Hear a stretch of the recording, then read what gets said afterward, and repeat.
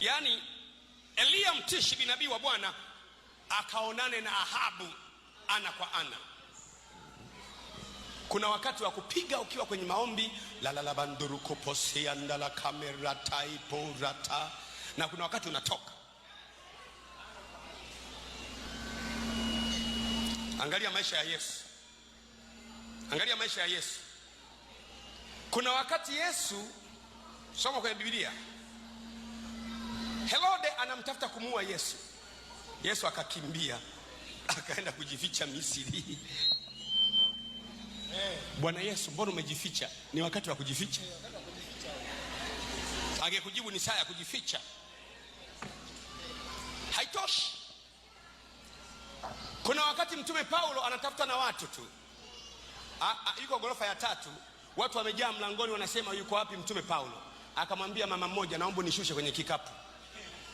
Akaweka kwenye kikapu ghorofani, alafu kama mama kanamshusha na kamba. Mtume Paulo alipodondoka chini, unafikiri alitembea?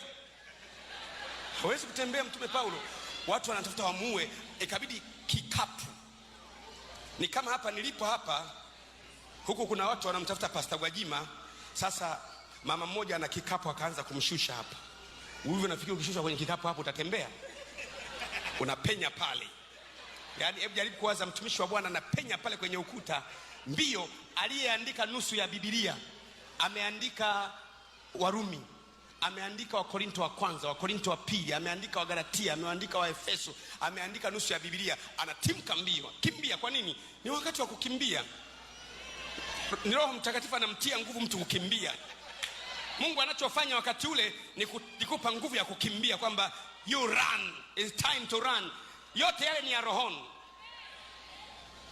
Alafu siku nyingine Yesu akaona, siku moja Yesu akambeba, wanataka kumsukuma wamtupe kwenye ukuta. Walipokuwa wanataka kumtupa kwenye ukuta, Biblia inasema Yesu akasema, wacha nionyeshe kidogo.